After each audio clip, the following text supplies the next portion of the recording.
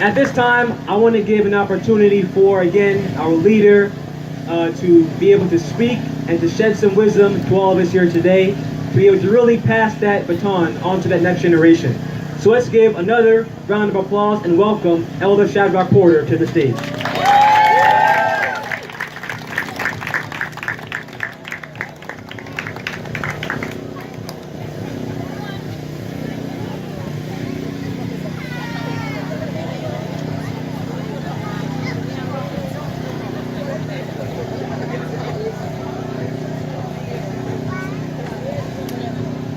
Ladies and gentlemen, I would like to take this opportunity to welcome all of you who take the time from your busy schedule to be here with the rest of us. What happened to us before should have never happened, but today it is upon us. Today it is a reality. The end of 400 years is right here. And this is the reason why I suspect that we are all here today, to open up the files and to begin the process, to do in-depth research or investigating why did this terrible thing happen to us in the first place, or at least to start the process of investigating this terrible question to be answered. This should be the day when we begin to remove the band-aid from that old wound which we thought was healed a long time ago, but was never healed. It's still raw today. But raw and behold, it is still raw and painful. It is still bloody. It still makes some of us sick to the stomach. Some of the band-aid makes them comfortable. It makes them forget what is underneath. It embarrasses them. They are annoyed when someone else has mentioned it or points it out. Any way you look at it, any way you look at it, my dear friends, the wound is real. And no piece of band-aid can heal it. And it will not heal unless you and I do something about it. That piece of band-aid is only a camouflage, and it will never become that piece of bloody and messed up camouflage, and treat the sore as a sore because it is a sore. What has happened to us? Whether you are a politician or a professional, whether you're a thief or a vagabond, whether you are now serving Jesus or Allah, whether you are a Rasta or a non-believer or any other so-called philosophy that we have taken up and adopted since we arrival on these shores. We should all remember one thing. It's the most important thing for us to remember. We all came with the same ships, with different shipments. Let the spirit of this memory live within us and let it keep us alive. Because regardless of what you hear or what you believe, this is the only memory, the only common thing that can bring us a genuine unity. The picture that I'm placing in your mind might be very upsetting to some of you. You might even want to throw up or to be angry with those of us who placed it there. But it is there to remind us that there was a time when we depended on each other. There was a time when no philosophy could have separated us. The time when we had no class. There was a time when we needed each other's body, not to use or abuse, but to keep us warm. in the cold and dark belly of a ship. We did not notice the sores on our brother's feet, nor the hanging breast from our sister's chest. We did not look for the handsome face or the sexy body.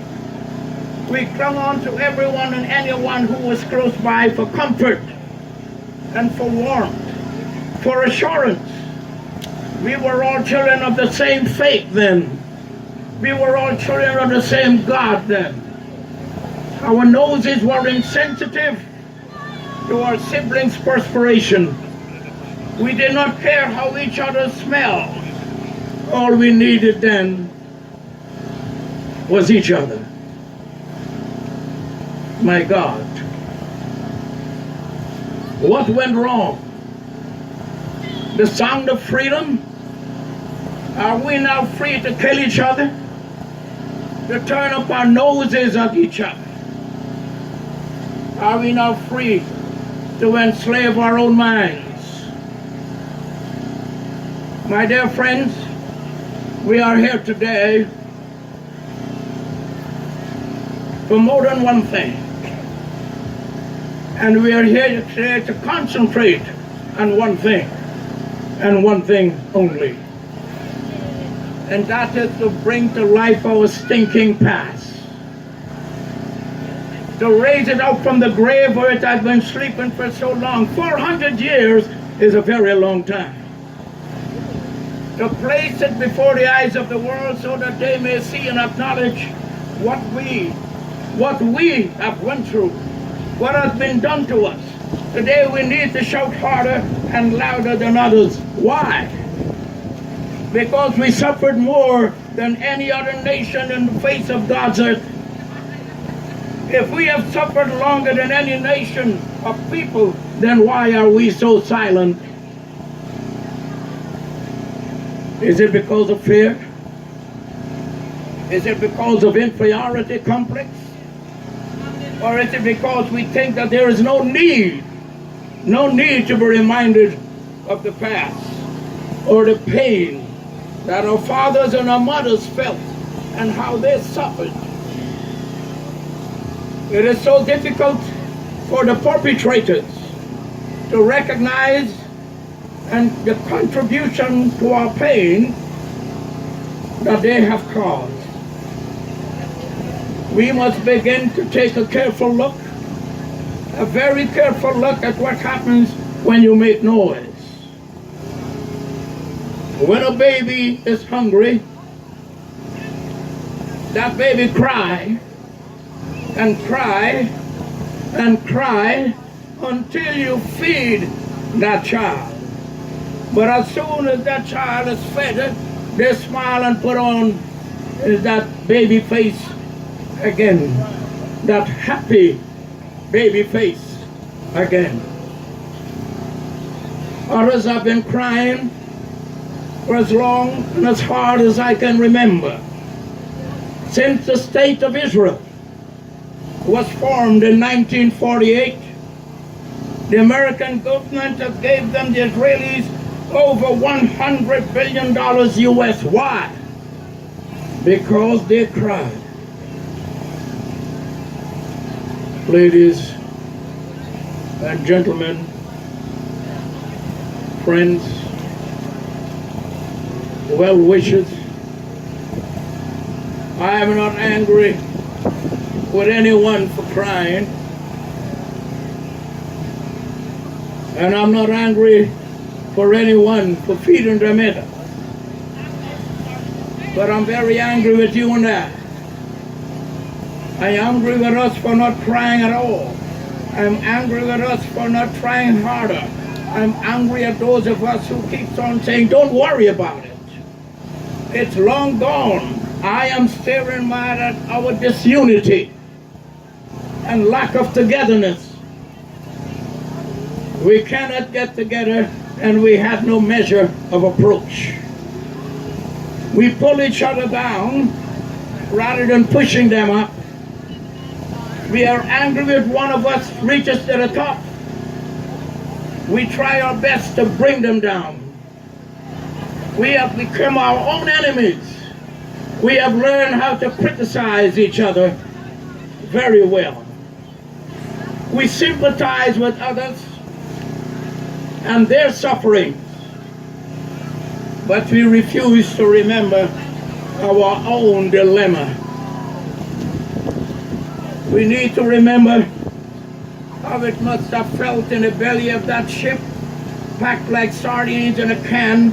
We need to remember the humiliation and the selling blocks branded with irons, bearing the mark of ownership to another, standing there naked while men stare in your buttocks. They don't even do that to pigs. We need to remember the whip on our backs, the raping of our mothers, and the taking of the virginity of our sisters.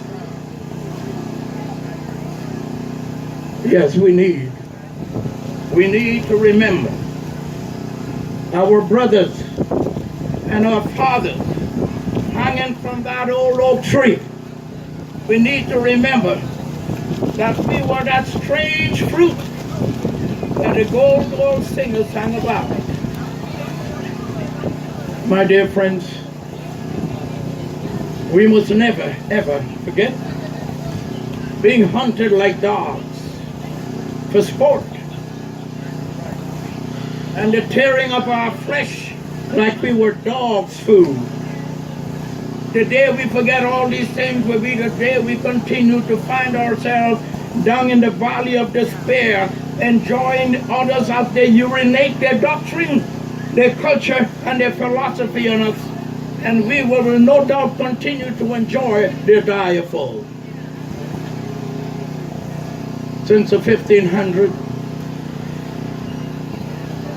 our parents were hunted like wild animals, bought and sold like commodities. We went in that time to Cuba, Jamaica, Santo Domingo, and Puerto Rico. In that same year, the Englishman John Hawkins bought 300 captives, according to him, as indentured laborers to the United States and to the Carolinas. From that old until it continued, it largely ended the evening when we were so-called freedom. Today, it still continued from then until now. But we have engaged ourselves in this so-called freedom, and we have lost what our fathers went through so that we can gain this so-called freedom. On the 24th of August 1619, a Dutch ship officially started a trade in the U.S. by bringing 20 Nigers, N-I-G-E-R-S, a country in Africa, 20 Nigers from the west coast of Africa, and selling them on these same shores in Virginia. On the 7th of August 1833, the British House of Commons raised and passed the freeing of ex-slaves. On the 28th of August of that same year, the bill received royal approval. On the 1st of August in 1834, the law was given to the practice in the British colonies. Why are we then still celebrating February as Black History Month?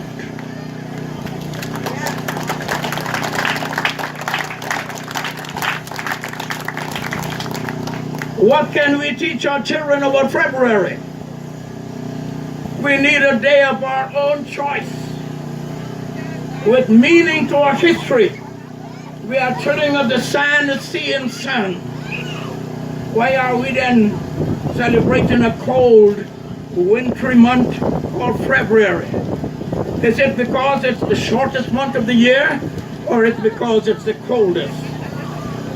When we say never again, we must work hard to prevent it. We must let the world know the real meaning and definition of slavery. Let me remind you, my dear friends, I know a little bit of English, and I'll tell you what it says in the English dictionary. The English dictionary defines a slave as a person who is the legal property of another and bound to absolute obedience, while the definition of slavery is the condition of having slaves. We were bought and sold and owned. We did what Master tells us to do. Let us therefore make an effort to remember first who we really are, because there might have been a lot of slavery in the world, but they have never, and I repeat, never ever been an entire nation enslaved and brought unto Egypt again with ships. Black people are Bible readers, therefore they know what I'm talking about. I'll say that again. There has never been an entire nation enslaved and brought into Egypt again with ships.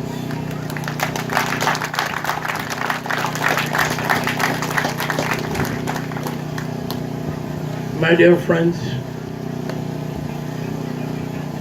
well-wishers, there have been no people bound and chained, placed in the belly of a ship with a yoke of iron around their necks and sold into slavery. Let me explain it to you. Other slaves in history, as far as I read, a lot of people believe they read more than me and know more than me. But let me tell you what I know. Other slaves in history, as far back in the days of Alexander, they call him the Great, even joined the army of their captives and fought side by side. We were not allowed to do that. We would go in the army to prove a point, how silly and stupid we were, and come home and we were tar and feathers. Some nations might have lost their wealth during their Holocaust, but quickly gained it back. But we have lost our dignity, something money can't buy and time cannot replace. The sweat of our brows and the whip on our backs that built up to Egypt, the old and the new. This day, my dear friends, this day should be for all the children of slavery throughout the Americas, whether they're from North, South, Central, or the Caribbean. We need a month of August to be endorsed as Black History Month.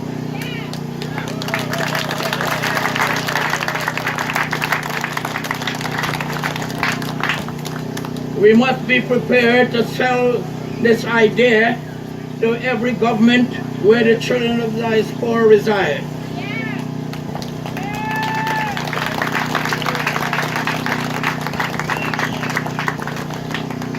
In the past, some people with a Caribbean background, like some of you, have treated our Emancipation Day, the 1st of August, with forgetfulness. Most of our children does not even know or understand the importance of this day. They see it as a day to party, and it should be the day for our own Thanksgiving. As I said before, let us tear the pages, only the positive pages, from the book of others, and use them to our own advantage. We must at all times remember that in the past there were dedicated people, not of our race, that helped us to gain our freedom and to give us the rope to run as far, as fast as we can. The American Anti-Slavery Society was formed by European Americans who gave their platform to free slaves like Sojourner Truth, Harriet Tubman, Frederick Douglass, and a host of others. Even the NAACP, the National Association for Advancement of Colored People, in 1909 was formed by European Americans. It was the Quakers who traveled all the way to England. The place of our own cause, some gave their lives just so that we can be free. It was people like John Brown who gave his life for our brothers and our sisters to be free in the United States. Let this not be a time for finger pointing, but rather let us use our hands to build a strong unity among us, to fight the injustices that suppress us. Let us build a stronger future for our children and ourselves. This is my prayer for my people, that one day we will wake up from that old dream, put on a new coat of confidence, wearing the jewels of a new plan, get up from that old bed of nails, shake off the shackles of slumber, wash ourselves with the clean water of vibrancy, and together walk hand in hand towards a new horizon, towards a new beginning and new ideals, riding side by side together in the vehicle of understanding towards a brighter future with a new attitude, salted with peace, love, truth, prosperity, and real power.